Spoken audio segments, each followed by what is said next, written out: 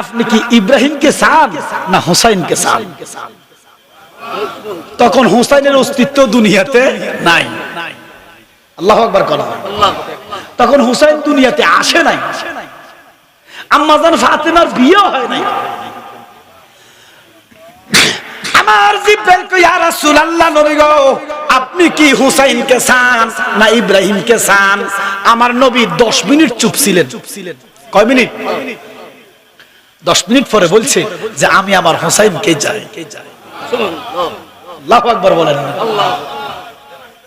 এই জন্য নবীদের, আল্লাহর নবীর ছেলে 7 জন ছিল, কিন্তু যদি আল্লাহ বাঁচাইয়া রাখতো এদেরকে নবী বানান লাগতো। এই জন্য আল্লাহ কয়, বন্ধু আপনি তো খাতামুন নবী, আপনার পরে আর কোন নবী নাই।